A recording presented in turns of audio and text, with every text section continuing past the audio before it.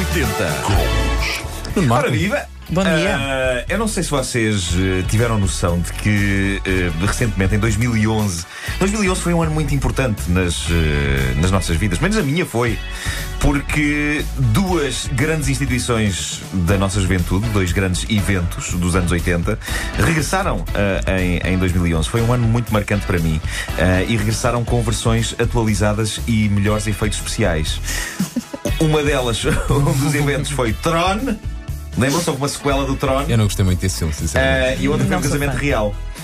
Eu não fiquei fã da sequela do Tron. Eu gosto mais do original. Claramente.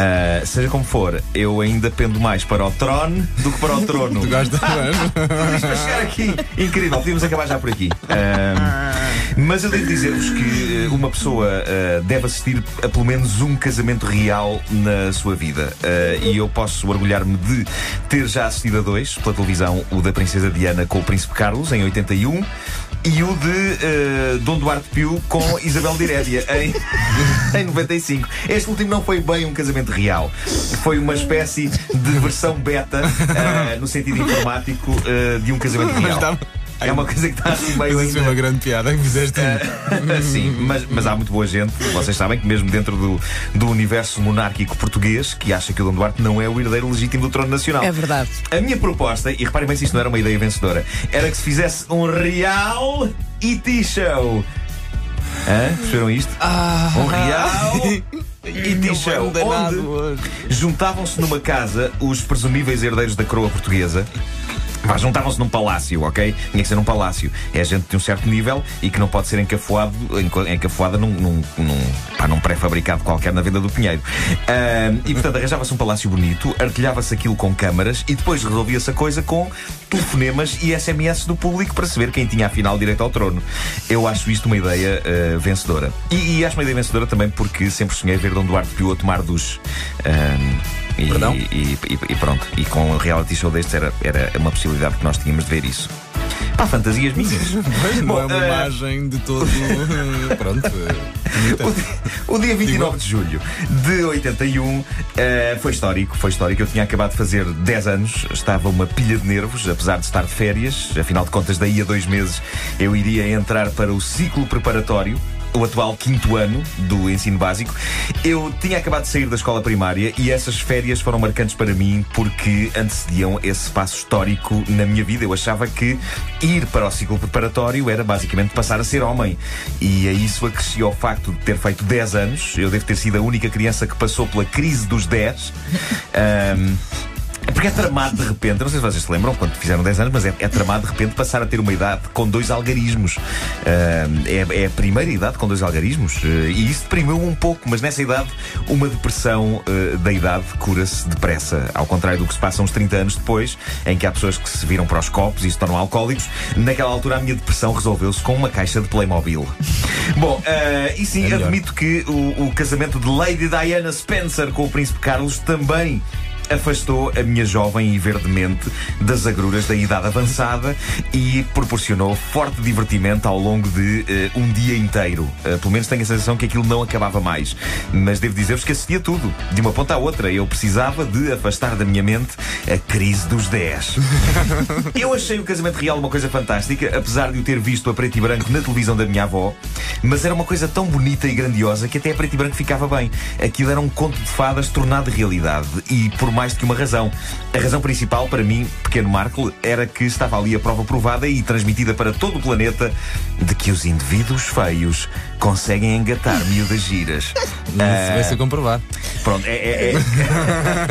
Mas ó Marco, sim, has de convir que o final não foi bonito. Não porque foi, o não homem foi. feio está com uma senhora não menos.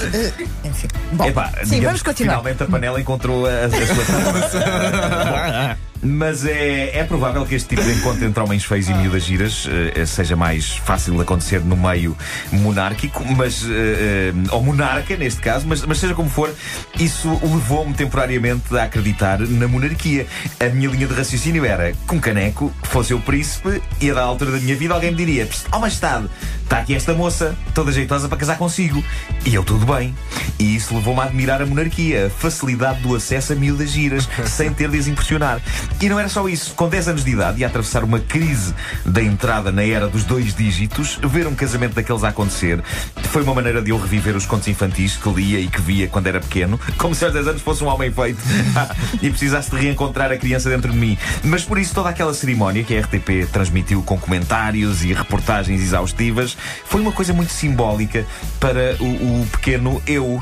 A princesa Diana era fixe, dizia-se que apreciava um bom pezinho de dança ao som dos Duran Duran, mas o príncipe Carlos não tinha muito jeito para as miúdas e, portanto, como nós dissemos há pouco, aquilo deu para o torto.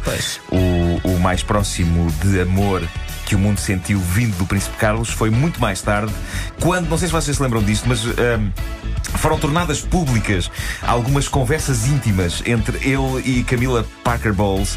Essa sim, o verdadeiro amor da vida dele, e a prova vivem como ele tem há muitos anos. Tipo de conversas? Um problema de vista. Que tipo de conversas foram essas? Normal? Então era aquela ele disse podemos falar dessas conversas na rádio? Ele disse à Camila o que nunca foi capaz de dizer a Diana. Ele disse que gostava de ser o seu penso higiênico. Isto foi super romance que aconteceu ali. Deus. Eu penso que a princesa Diana é capaz de ter agradecido o facto de ele nunca lhe ter dito este tipo de coisa, ou então disse, e talvez isso tenha contribuído para a falência do casamento deles. É provável que ele achasse que as mulheres gostam de ouvir esse tipo de coisas. As mulheres não gostam, mas o que vale é que Camila gostou. E isso é que interessa. Bom, e o que aconteceu em 2011, em abril, foi que o príncipe William casou com a Kate Middleton. E pronto, ia ver se é desta que uma relação corre de feição naquela nobre e respeitável casa de doidos. No dia da cerimónia, eu não evitei ficar sentado a ver, a pensar nos contos de fadas da minha infância, enquanto me encaminhava na altura rapidamente para a crise dos 40. A história repete-se, só que ninguém me deu uma caixa de Playmobil desta vez, o que foi muito triste. Muito, muito triste.